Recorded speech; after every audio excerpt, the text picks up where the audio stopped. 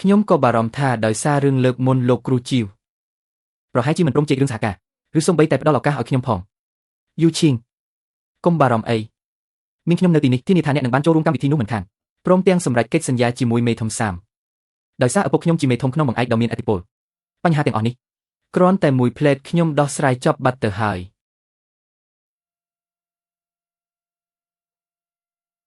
ហេសៅកុំនិយាយអួតខ្លាំងពេកអីបើដល់ពេលធ្វើមិនបានតើមិនខ្មាស់គេស្លាប់ទៅហើយឬធ្វើមិនបាននៅក្នុងទីក្រុងហៃឆឹងនេះគ្មានរឿងអ្វីដែលខ្ញុំធ្វើមិនបាននោះទេចុះឯងវិញក្រៅពីចេះតែនិយាយចំអប់ឡើយឯងធ្វើស្អីកាត់ខ្លះបានចាំខ្ញុំរងចាំមើលទង្វើឯង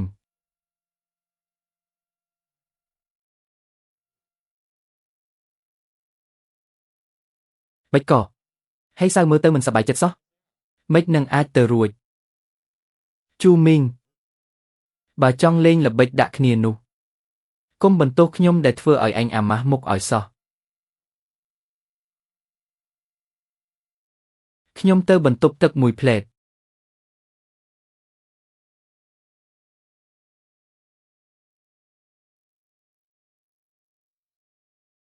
លោកហ៊ឺសាវលោកមកទីនេះមានការអ្វីដែរ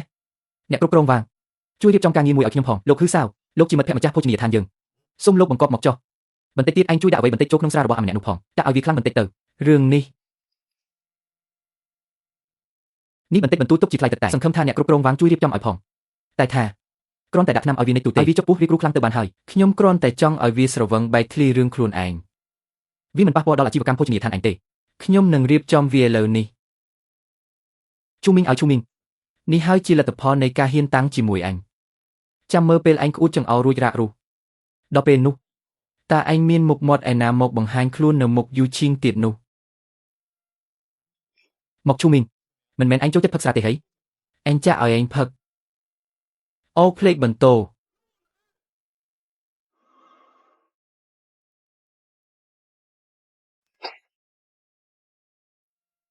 ជូមីងឯងស្រែកឆោឡោស្អីហ្នឹងលោកហ៊ឺសៅតើលោកមិនអីទេច្រឡំទេខ្ញុំមើលច្រឡំទេកញ្ចក់នៅទល់មុខនេះវាឆ្លុះពន្លឺអញឈួតមែនទេថ្ងៃត្រង់ច្បាស់បែបនេះមកពីណាភ្លេចបន្ទោនោះខ្ញុំគ្រាន់តែបារម្ភពីលោកហ៊ឺសៅតែប៉ុណ្ណោះយ៉ាងណាក៏ដោយរាងកាយដែលត្រូវរន្ទះបាញ់បែបលោកគឺពិតជាប្លែកខុសគេមែនមិននឹកស្មានថាលោកឈូនៅតែអាចគិតគូរដល់ខ្ញុំទៀតមកពួកយើងមួយកែវមក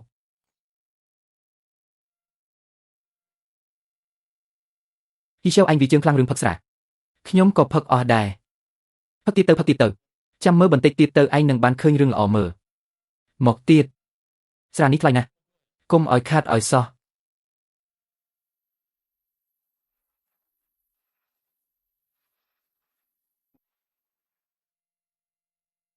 ឯងមិនក៏ឯងមិនទាន់ចូលបន្ទប់ទឹកទៀត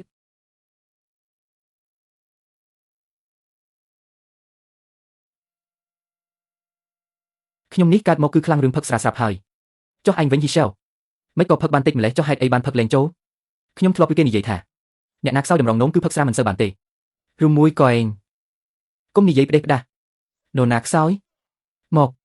ផឹកបន្តទៀតឈីមិញឈប់ផឹកទៅបានទេហ៊ីសៀវគាត់ស្រវឹងធ្លាក់ភ្នែកអស់ហើយអូនសម្លាញ់មិនមែនបងចង់ផឹកទេគឺផឹកជាមួយលោកហ៊ឺសាវនេះទេយ៉ាងណាមិញលោកហ៊ឺសាវចង់បង្ហាញសមត្ថភាពរបស់គាត់មែនទេពិតមែនហើយថ្ងៃនេះបើអ្នកណាចាញ់កុំហៅមេឲ្យសោះមកផឹក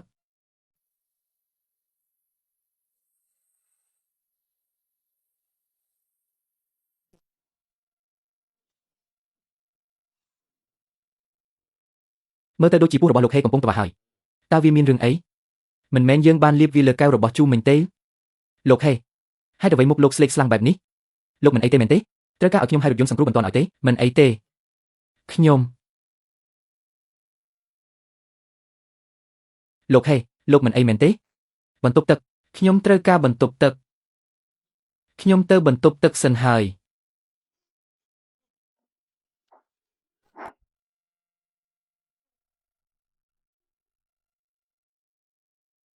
ឃើញទេស្រាតម្លៃរាប់លាននេះតាមពិតវាជាថ្នាំបន្ទន់ពោះវៀនដ៏ស័ក្តិសិទ្ធិសោះចង់តែសាច់ទេនេះគឺជាកូនអ្នកមានដែលគេកោតខ្លាចនោះពិតជាមានក្លិនក្រអូបមែន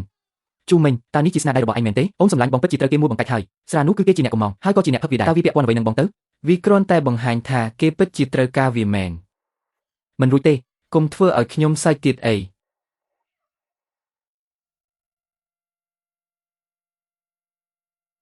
នៅមិនទាន់ដេកទៀតអីការទទួលយកគម្រោងនេះពិតជាសំខាន់ខ្លាំងណាស់សម្រាប់ខ្ញុំទោះបីជាហ៊ីយ៉ុនសន្យាថានឹងជួយក៏ដោយតែខ្ញុំនៅតែត្រូវរៀបចំគម្រោងសហការឲ្យបានល្អខ្ញុំនិយាយរឿងនេះជាមួយឯងធ្វើអ្វីចេញឲ្យឆ្ងាយពីខ្ញុំទៅកុំមករំខានខ្ញុំពេលដែលអ្នកធ្វើការនៅពេលយប់អ្នកតែងតែចូលចិត្តផឹកទឹកដោះគោក្តៅ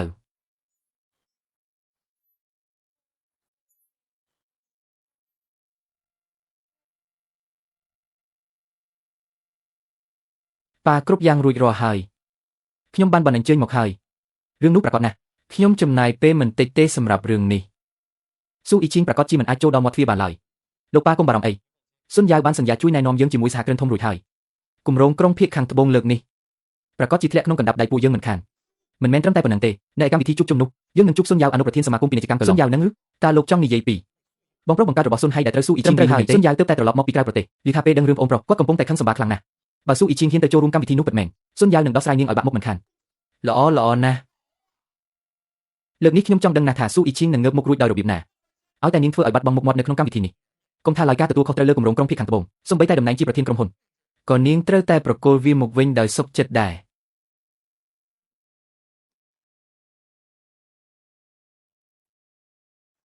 អញមិនបណ្ដោយឲ្យអញរួចខ្លួនងាយទេ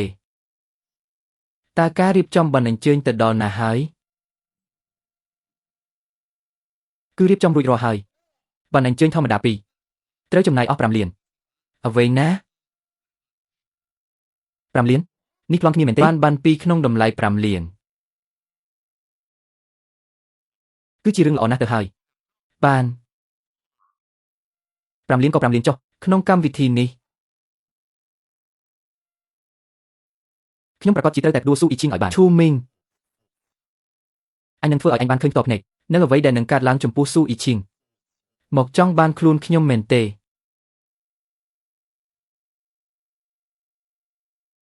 ហើយអ្វីនៅមិនទាន់មកដល់ទៀតកិច្ចប្រជុំចិត្តចាប់ផ្ដើមហើយកុំទាន់អើមិញនេះលោកគឺជន់ទើបតែផ្ញើសារមកគាត់ថាបានអញ្ជើញនឹងមកដល់ក្នុងពេលបន្តិចទៀតនេះ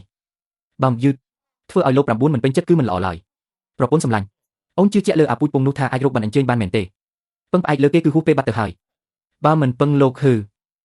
តើឲ្យខ្ញុំពឹងអ្នកណាបានរងចាំ5នាទីទៀតទៅនឹងមានគេយកបានអញ្ជើញមកជូនដោយស្វ័យប្រវត្តិអួតអាងទីនេះគឺសមាគមពាណិជ្ជកម្មកន្លងតើឲ្យនរណាមកយកបានអញ្ជើញជូនអ្នកដោយផ្ទាល់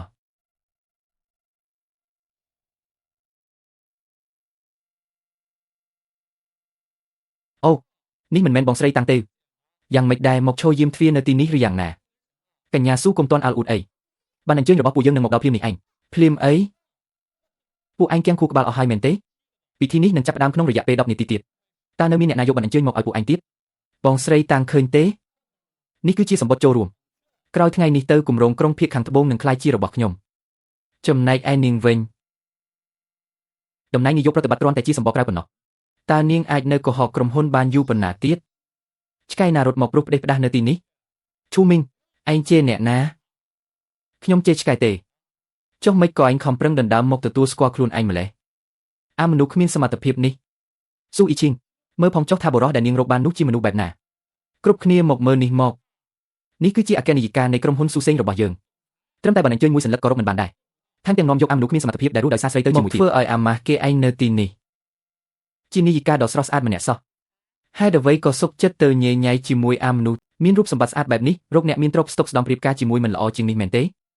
មិនគួរណាត្រូវមកឈោស្ទើតែចូលមិនរួចក្នុងកម្មវិធីនេះសោះបងស្រីកុំធ្វើលើសលប់ពេកទោះយ៉ាងណាក៏ដោយក៏នៅតែល្អជាងមនុស្សដែលចេះតែបញ្ជាអ្នកដទៃដូចជាបងរាប់ម៉ឺនដងដែរធ្វើគេល្អជាងខ្ញុំមែនទេខ្ញុំមានសមត្ថភាពរកសម្បត្តិអញ្ជើញបានចុះគេវិញធ្វើបានទេក្រៅពីចេះតែអួតបំផោងគេធ្វើស្អីកាត់ខ្លះគ្រាន់តែសម្បត្តិអញ្ជើញសោះបន្តិចទៀតនឹងមានគេយកមកជូនដល់ដៃឯងចេះសម្ដែងណាស់ណាបើពិតជាមានគេយកសម្បត្តិអញ្ជើញមកឲ្យពួកឯងមែនឲ្យតែខ្ញុំសុខចិត្តរកដូចឆ្កែនៅទីនេះភ្លាមក្នុងការដែលអ្នកចង់បង្ហាញទេពកោសល្យនៅចំពោះមុខអ្នកទាំងអស់គ្នាបែបនេះអញ្ចឹងខ្ញុំនឹងសម្រេចបំណងឲ្យកុំចេះតែអួតក្អេងក្អាងទៅឥឡូវនេះភ្លាមតែម្ដងបើគ្មាននរណាគេយកសម្បត្តិអញ្ជើញមកជូនទេឯងត្រូវតែលុតជង្គង់ក្រាបសំពះខ្ញុំ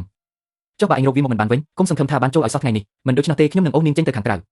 សុំសួរតើនរណាជាអ្នកនាងស៊ូអ៊ីឈីងខ្ញុំគឺខ្ញុំនេះឯងអ្នកនាងស៊ូពិតជាសុំទោសខ្លាំងណាស់តែធ្វើឲ្យអ្នកនាងរងចាំយូរនេះគឺជាបានអញ្ជើញរបស់អ្នកនាងនេះគឺជាបានអញ្ជើញនាងទាំង9មាសពណ៌ស្វាយ អ្វីណាបានអញ្ជើញនេះនាគមួយគឺធម្មតាបំផុតនាគទាំង9គឺខ្ពង់ខ្ពស់បំផុតចំណែកនាគទាំង9មាសពណ៌ស្វាយនេះគឺកាន់តែខ្ពង់ខ្ពស់ផុតលេខទៅទៀតបានអញ្ជើញមាសពណ៌ស្វាយថែមទាំងជានាគទាំង9ទៀតរឿងនេះកើតឡើងបានយ៉ាងម៉េចទៅប្រកាសជាខ្លាំងខ្លាយហើយនេះគេឲ្យខ្ញុំមែនទេពិតមែនគឺជារបស់ពិតនេះគឺសញ្ញាអញ្ជើញនៃនាគទាំង9ណាមិននឹកស្មានថាហ៊ីយ៉នខ្លាំងដល់ថ្នាក់នេះគេអាចរកបានសញ្ញាអញ្ជើញកម្រិតខ្ពស់បំផុត Nine Dragons Purple Gold ទៀតតើនេះក៏អាចរកចូលថាជារបស់អាម្នាក់នោះបានដែរឬមិនអាចទៅរួចទេហ៊ីយ៉នមានអំណាចមកពីណាខ្លាំងម្ល៉េះនេះកុំភ័យស្លន់ស្លោពេកមិញនេះអ្នកណាគេតែនិយាយថាចង់ស្រែកដូចសត្វឆ្កែឯងរឿងដែលឯងធ្វើឲ្យយេហេងឈឺចាប់ខ្ញុំនឹងទារយកមកវិញម្ដងបន្តិច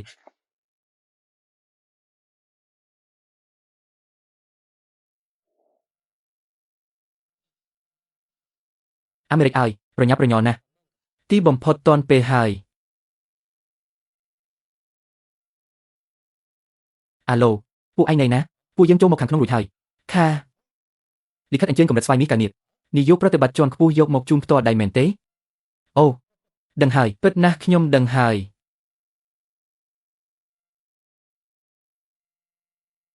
ប៉ាពិតជាខ្លាំងមែនដើម្បីវឹកហាត់កូន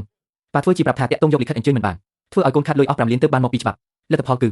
ប៉ាបែរជាយកកាប់ពិសេសនេះទៅជូនកូនប្រសារស្រីផ្ទាល់ដៃទៅវិញមានប៉ាជាអ្នកមានអំណាចលាក់កាយចាំជួយបែបនេះកម្មវិធីជួបជុំថ្ងៃនេះខ្ញុំជាអ្នករ៉ាប់រងចំណាយទាំងអស់ឯងចាំមើលទៅចាំមើលថាខ្ញុំនឹងធ្វើឲ្យឯងលងស្រឡាញ់ខ្ញុំដោយរបៀបណា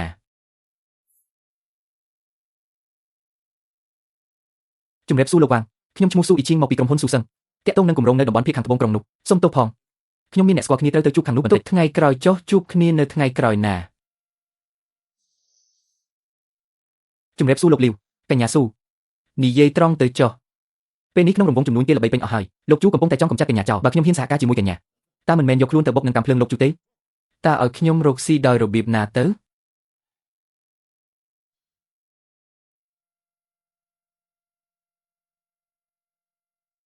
យ៉ាងម៉េចដែរគ្រប់គ្នាសុទ្ធតែគិតថាលោកជូចង់កម្ចាត់ខ្ញុំមែនទេគ្មាននរណាម្នាក់ហ៊ានយកអនាគតរបស់ខ្លួនមកលេងសើចឡើយតាមពិតទៅខ្ញុំក៏គិតថាទោះបីជាថ្ងៃនេះមិនអាចសហការជាមួយលោកម្ចាស់9បានដោយផ្ទាល់ក៏ដោយក៏អាចរកឱកាសសហការជាមួយអ្នកដទៃបានដែរតែពេលនេះមើលទៅវាពិបាកខ្លាំងណាស់កុំទាន់អស់សង្ឃឹមអីមិនមែនហ៊ីយ៉នបាននិយាយទេថាគាត់នឹងជួយនិយាយជាមួយលោកម្ចាស់9បើគាត់អាចយកបានអញ្ជើញផ្កាឈូកពណ៌ស្វាយមាសមកបានមានន័យថាវាអាចទៅរួចសង្ឃឹមថាយ៉ាងនោះចុះតើ Kenjation នេះរៀបចំកម្មវិធីស្អីទៅអាហារនិងភេសជ្ជៈទាំងនេះមានកម្រិតទាបពេកហើយមនុស្សនេះពិតជា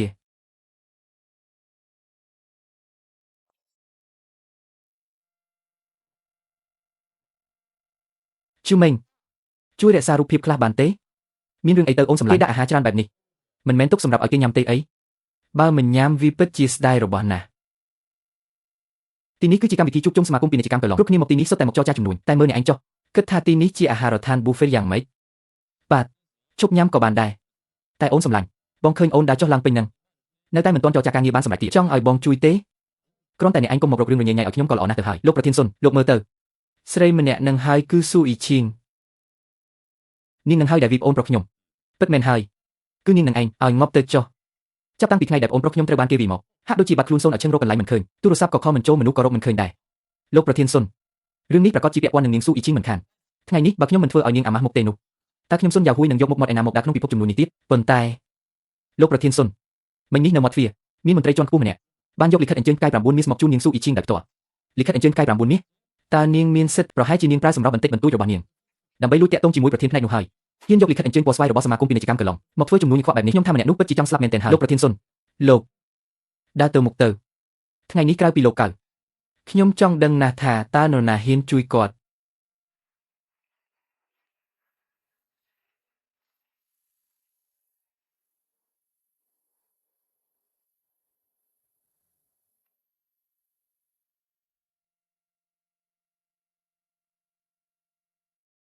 អ្នកគឺស៊ូអ៊ីឈីងមែនទេចាស់គឺនាងខ្ញុំសូមសួរថាលោកជាអ្នកណាដែរស៊ូអ៊ីឈីងនេះគឺជាអនុប្រធានសមាគមពាណិជ្ជកម្មកន្លងគឺលោកស៊ុនយ៉ាវឬលោកស៊ុនហើយគាត់ក៏ជាបងបង្កើតរបស់លោកស៊ុនហើយផងដែរអូគឺលោកអនុប្រធានស៊ុនសោះ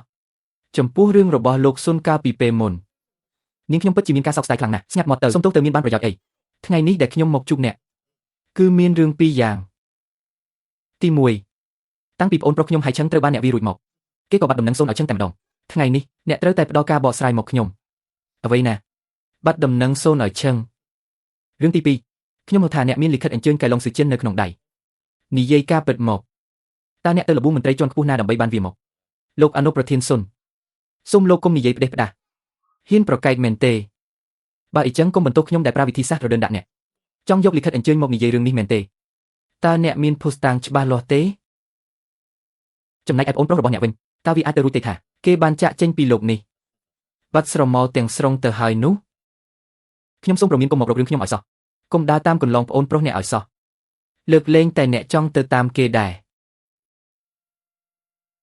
អាល្អិតអញហ៊ានគំរាមខ្ញុំឬឈូមឹងអាមនុស្សអាស្រ័យលើស្រីបាក់ដីដល់ល្ងងខ្លៅមួយនេះហ៊ានប្រមាថលោកអនុប្រធានសុនទៀតឬឯងពិតជាមិនចង់រស់ទៀតហើយមែនទេលោកអនុប្រធានសុនអាម្នាក់នេះជាសហាយស្មន់ដែលស៊ូយូឈីងរកមកទេល្អណាស់ក្នុងពេលដែលម្ចាស់ផ្ទះនៅទីនេះស្រាប់ថ្ងៃនេះពួកឯងម្នាក់ក៏គុំសង្ឃឹមថានឹងបានដើរចេញទៅវិញឲ្យរស់សោះលោកអនុប្រធានសុនធ្វើអ្វីទទួលខុសត្រូវខ្លួនឯងទៅរឿងលិខិតអញ្ជើញខ្ញុំអាចពន្យល់លោកម្ចាស់9បានចំណែកអូនប្រុសរបស់អ្នកវិញចាំរកពួកគេមកពន្យល់ខ្ញុំចុះទៅពន្យល់ប្រាប់ស្ដេចយមរាជទៅស៊ូយូឈីងកុំថាខ្ញុំមិនផ្ដល់ឱកាសឲ្យនាងថ្ងៃនេះនៅចំពោះមុខអ្នកទាំងអស់គ្នាលុតជង្គង់ចុះរួចដោះសម្លៀកបំពាក់ចេញប្រហែលជាខ្ញុំអាចពិចារណាទុកសាកសពនាងឲ្យនៅល្អលោកវីពិតជាគ្មានសិលធម៌មែនចង់ស្លាប់មែនទេឈូមីងកុំមកធ្វើជាខ្លាំងពេកអីចិត្តស្លាប់ទៅហើយនៅរឹងក៏ទៀតលោកអនុប្រធានសុនកំពុងផ្ដល់ឱកាសឲ្យគេហើយគេគួរតែមានគិតយោទើបត្រូវ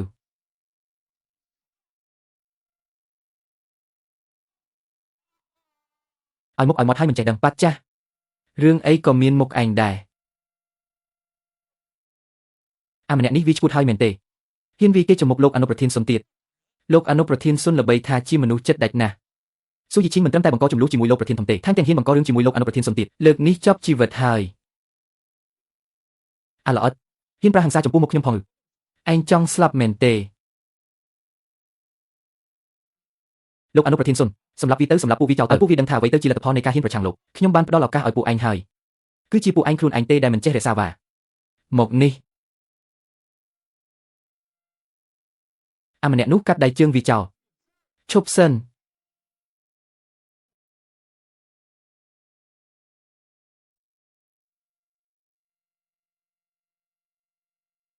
នៅកណ្ដាលថ្ងៃត្រង់ច្បាស់បែបនេះក្រោមពន្លឺថ្ងៃភ្លឺចិញ្ចែងមើលតើអ្នកណាហ៊ានប៉ះពាល់យីឈីងគឺសៅមកដល់ហើយហាក់ដូចជាពួកយើងមានសង្ឃឹមហើយដោយសារទំនាក់ទំនងនិងឥទ្ធិពលរបស់នាងគួរតែអាចដោះស្រាយរឿងនេះបានយីឈីងធ្វើឲ្យអ្នកភ័យខ្លាចហើយកុំបារម្ភអីថ្ងៃនេះមានខ្ញុំនៅទីនេះគ្មានរឿងអ្វីធំដុំកើតឡើងឡើយពួកអាយ៉ងមកពីណានឹងស្ដាប់ឲ្យច្បាស់ណាខ្ញុំគឺជាហឺសាវតកូលហឺថ្ងៃនេះដរាបណាខ្ញុំឈរនៅទីនេះមើលតើអ្នកណាហ៊ានប៉ះសូម្បីតែសរសៃសក់របស់យីឈីងក៏មិនបានដែរត្រកូលហឺគ្រាន់តែជាត្រកូលលំដាប់ទី2តើហេតុអ្វីបានជាហ៊ីយ៉នហ៊ាននិយាយបែបនេះហ៊ីយ៉នប្រកាសជាឈួតហើយហ៊ាននិយាយដាក់ឪពុករបស់សិនបែបនេះផងពួកឯងដឹងអីតើត្រឹងឲ្យខ្ញុំប្រាប់ពួកឯងមែនទេថា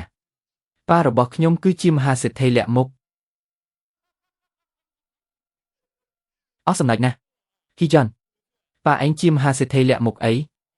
ហ៊ីផេងម្នាក់នោះគ្រាន់តែជាមនុស្សកំសាកដែលចេះតែអន់ក្បាលដាក់គេកុំចេះតែនិយាយកុហកអួតខ្លួនបែបនេះស៊ូជីឯងចង់ស្លាប់មែនទេជឿទេថាខ្ញុំគ្រាន់តែទូរស័ព្ទមួយខលយេខេងហេតុអ្វីខ្ញុំមានអារម្មណ៍ថាហ៊ីយ៉នម្នាក់នេះសម្ដែងខ្លាំងដៃពេកហើយឬមួយក៏បន្ទាប់ពីត្រូវរន្ទះបាញ់មកខួរក្បាលរបស់គេខុសពីប្រហែលជាដោយសារតែគាត់មានខ្នងបង្អែករឹងមាំហើយអាម្នាក់នេះវាធ្វើខ្លួនឯងឡើងដូចមែនទែនបានតោះសម្ដែងបន្តទៀតទៅអាល្អិតឯងចង់ការពារវាចុះបើការពារហើយម៉េចលោកអនុប្រធានសុនមែនទេទុកមុខឲ្យខ្ញុំបន្តិចទៅល្អបំផុតគឺឯងលុតជង្គង់សុំទោសយីឈីងឥឡូវនេះបើមិនដូច្នេះទេទុកមុខឲ្យឯងហើយឯងជាស្អីគេបានជាហ៊ាននិយាយបែបនេះឯងហ៊ានវាខ្ញុំមែនទេចុះបើវាឯងហើយមានបញ្ហាអីនៅក្នុងទីក្រុងហៃឆេងនេះក្រៅពីលោកគ្រូជូអញមិនខ្លាចនរណាទាំងអស់អញកំពុងតែដើរចូលមកជ្រុះហើយខ្ញុំបានប្រាប់ហើយថាប៉ាខ្ញុំជាអ្នកមានអំណាចលាក់កាយទោះបីជាជីតារបស់អញមកដល់ក៏ដោយអញក៏មិនខ្លាចដែរលោកកំឡោះហឺលោកហឺរឿងនេះលោកទ្រាំបានដែរឬលោកមើលអាម្នាក់នេះចុះវាហ៊ានដល់ថ្នាក់នេះផងចំពោះអ្នកមានអំណាចលាក់កាយដូចជាលោកមិនសមបីសោះ ឆាប់ឡើងទូរស័ព្ទហៅលោកឪពុកមកភ្លាមបង្ហាញអត្តសញ្ញាណពិតឲ្យពួកវាស្លាប់ទាំងភ្នែកម្ខាងទៅសុនយ៉ាវឯងចាប់ហើយហ៊ានបង្ករឿងជាមួយខ្ញុំឬខ្ញុំនឹងហៅលោកប៉ាមកទីនេះឥឡូវនេះឯងអាពូកែតែនិយាយប៉ាឆាប់មកសារប្រជុំនៅជាន់ទី9មកបើប៉ាមិនមកទេប៉ានឹងមិនបានឃើញមុខកូនទៀតឡើយទូរស័ព្ទរួចហើយឬប៉ាអញ្ចឹងយើងបន្តទៀតទៅខ្ញុំអស់ការអត់ធ្មត់ហើយសួរឯងជាលើកចុងក្រោយឥឡូវនេះលោកជង្គង់ចុះជាបន្ទាន់ហើយដោះឲ្យចេញសុនយ៉ាវកុំធ្វើបាបមនុស្សហួសហេតុពេកធ្វើបាបហើយម៉េចចុះបើធ្វើបាបឯងនឹងយ៉ាងម៉េចដែរស៊ូអ៊ីទីងអនុប្រធានសុនកំពុងផ្ដោតផ្លូវរស់ឲ្យឯងហើយកុំធ្វើជាមិនដឹងខ្យល់អីបងស្រីស៊ូបងនៅមានមនោសញ្ចេតនាជាមនុស្សដែរទេអ៊ីឈីងជាបងជីដូនមួយរបស់នាងផងតើនាងបែរជាជួយជន់ក្រៅមកមើងងាយបងស្រីខ្លួនឯងទៅវិញបងជីដូនមួយអីគេនាងមានតែធ្វើឲ្យត្រកូលស៊ូយើងអាម៉ាស្មុកប៉ុណ្ណោះថ្ងៃនេះត្រឡប់ទៅវិញខ្ញុំនឹងឲ្យជីតាដេញនាងចេញពីត្រកូលតាមពិតទៅប្រពន្ធខ្ញុំមកទីនេះដើម្បីជែកពីរឿងអាជីវកម្មខ្ញុំមិនចង់ឃើញឈាមស្រោចស្រពនៅទីនេះទេបើពួកឯងមិនត្រូវការមុខមាត់ទេនោះក៏គុំយកវាទៅទៀតអីឥតប្រយោជន៍ដូចឯងហ៊ានណាស់អាំសៀឯងចង់ស្លាប់មែនទេ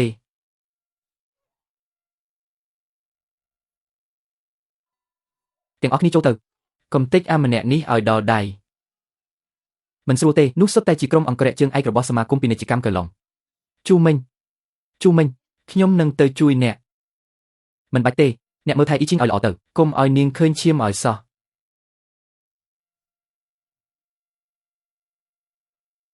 អ៊ីឈីងកុំខ្លាចអីប៉ារបស់ខ្ញុំមកដល់ឥឡូវហើយ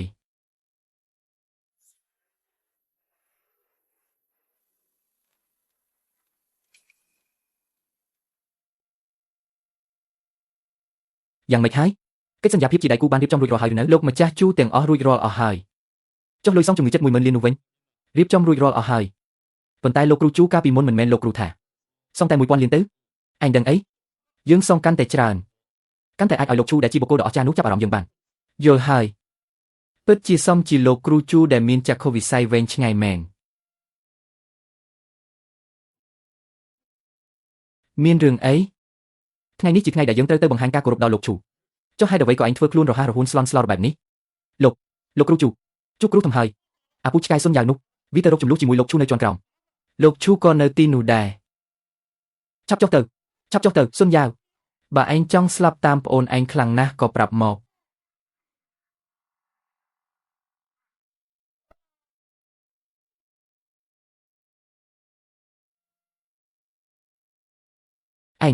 ឯងហ៊ានបង្កចំនួននៅក្នុងសមាគមពាណិជ្ជកម្មកន្លងជាឡងទៀតហី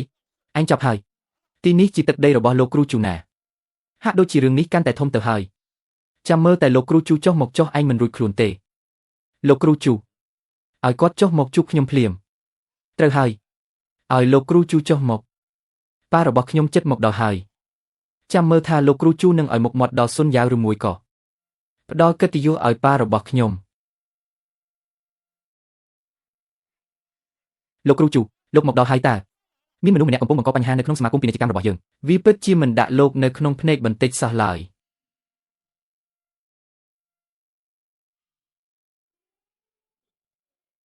ពូទីបំផុតក៏មកដល់ខ្ញុំគឺជាហឺជុនប៉ារបស់ខ្ញុំចិត្តមកដល់ហើយក្រុមមនុស្សទាំងនេះហ៊ានវាខ្ញុំទៀតផងលោកពូជួយទារយុទ្ធធម៌ឲ្យខ្ញុំផងគិតកុំមកធ្វើឲ្យអញរំខានអាចឆ្កែព្រៃមកពីណាពូជូមានរឿងអីហ្នឹងហេតុអីបានជាហ៊ីយ៉នមិនស្និទ្ធនឹងលោកពូជូខ្ញុំគឺហ៊ីយ៉នណាប៉ារបស់ខ្ញុំគឺហ៊ីផេងឯងមានសិទ្ធិអ្វីមកហៅអញថាពូជូតើហ៊ីផេងជានរណាខ្ញុំមិនដែលឮឈ្មោះផងខ្ញុំស្គាល់គេមិនក៏អាចទៅរួចពុកទីបំផុតពុកមកដល់ហើយពុកឈប់ធ្វើខ្លួនធម្មតាទៀតទៅឆាប់បង្ហាញអត្តសញ្ញាណពិតជាអ្នកមានអំណាចលាក់មុខរបស់ពុកទៅមិញនេះកូនត្រូវគេវាយហើយណា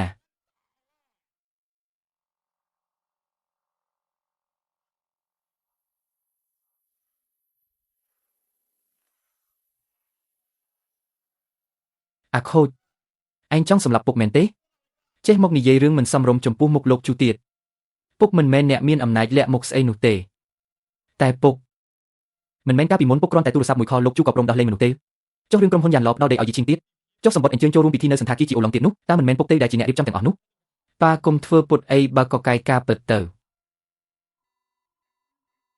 អ្វីដែលឯងនិយាយនឹងប៉ាអត់ដឹងរឿងសំបីតែបន្តិចប៉ាមានសមត្ថភាពអីទៅធ្វើរឿងទាំងនោះគាត់នេះហើយគឺលោកហ៊ឺជុនអីចឹងរឿងដែលឈូមីងត្រូវបានដោះលែងកន្លងមកមិនមែនពាក់ព័ន្ធនឹងលោកហ៊ឺជុនទេហើយរឿងទេដែលឃ្លីឬលិខិតអញ្ជើញនោះក៏មិនមែនជាស្នាដៃរបស់លោកហ៊ឺជុនដែរមែនទេលោកជូសូមមេត្តាអភ័យទោសឲ្យផងកូនប្រុសខ្ញុំវាឈួតស្មារតីហើយខ្ញុំនឹងនាំវាទៅអប់រំឲ្យបានល្អនៅផ្ទះភ្លាមមិនអាចទៅរួចទេមិនអាចទៅរួចទេលោកជូការងាររៀបចំរួចរាល់អស់ហើយតពេលត្រូវដោះស្រាយជាមួយពួកគេហើយសុនយ៉ាវមើលទៅឯងពិតជាចង់ស្លាប់មែនហើយអាមនុស្សគ្មានភ្នែកមួយនេះចង់ទៅនៅជាមួយប្អូនប្រុសឯងក៏និយាយត្រង់មកអញនឹងបំពេញបំណងឯងប្អូនប្រុសរបស់ខ្ញុំគេប្អូនឯងបានទៅបង្កបញ្ហាជាមួយអ្នកដែលមិនគួរជួបមិននឹកស្មានថាឯងក៏មានចរិតដូចគ្នាដែរក្នុងពេលឯងនឹកគេខ្លាំងម្ល៉េះចុះទៅតាមគេទៅពួកឯងអូវាចេញទៅខាងក្រៅទេលោកជូខ្ញុំខុសហើយលោកជូសូមមេត្តាលើកលែងឲ្យខ្ញុំផង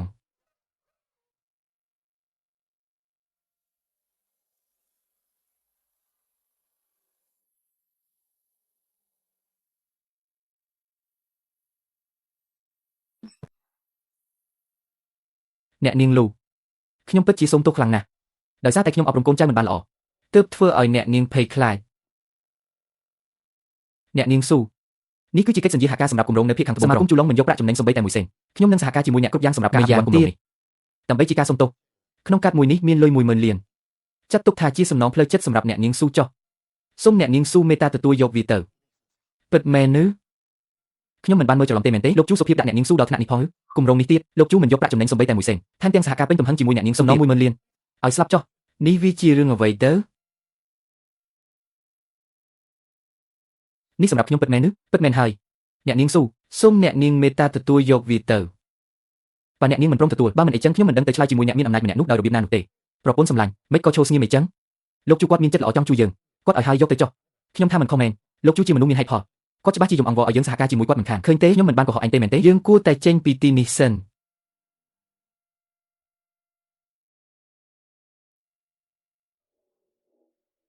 ឯងជីឈៀងឯងកើតអីហ្នឹងលុយរាប់រយលានក៏បានហើយកិច្ចសន្យាក៏ទទួលបានទៀតមិនសប្បាយចិត្តទេពិតមែនហើយប្រពន្ធ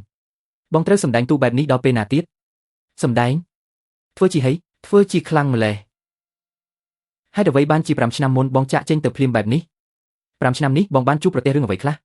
អូនសម្លាញ់ហើយអ្វីក៏អូនសួររឿងទាំងនេះទៅវិញដេញនៅតំបន់ជើងភ្នំដែលជាកម្មសិទ្ធិរបស់សមាគមអៀនឡូលិខិតអញ្ជើញពីលោកជូកាត់ខ្មៅរបស់ធនាគារបាយីនិងកិច្ចសន្យាភាពជាដៃគូទាំងនេះទាំងអស់នេះសុទ្ធតែជាស្នាដៃរបស់បងមែនទេអូនសម្លាញ់មានរឿងខ្លះបងមិនអាចពន្យល់អូននៅពេលនេះបានទេតែបងសូមឲ្យអូនជឿជាក់លើបងចាប់ពីពេលនេះទៅទោះអូនចង់បានអ្វីក៏ដោយបងនឹងរកមកឲ្យអូនទាំងអស់ហើយបងនឹងមិនចាក់ចេញពីអូនទៀតឡើយនេះបងតើពេលណាបងទៅបង្រៀនក្បាច់គុណឲ្យអូនក្បាច់គុណប្រភេទដែលនៅជាប់ខ្លួននឹងណាខាបង្រៀនក្បាច់គុណឲ្យផ្ទាល់ដៃលីងយើងពីរអ្នកជាមិត្តជិតស្និទ្ធនឹងនាងកុំមកដណ្ដើមប្តីខ្ញុំឲ្យសោះនាងទទួលស្គាល់ប្តីនាងចុះចំណែកខ្ញុំក៏មានសិទ្ធិស្រឡាញ់អ្នកណាដែលខ្ញុំចង់ហេតុផលមែនទេមិនបានទេក៏បានបើទទួលស្គាល់ថាជាប្តីហើយតើចង់ទាត់មិត្តជិតស្និទ្ធម្នាក់នេះចោលមែនទេឲ្យតែនាងមិនដណ្ដើមប្តីខ្ញុំយើងនៅតែជាមិត្តល្អនឹងគ្នាដដែលជូវឺជនអាចកំបាំងដែលប៉ុនប៉ងធ្វើគៀតកញ្ញាស៊ូលេចមុខមកហើយហ្វាន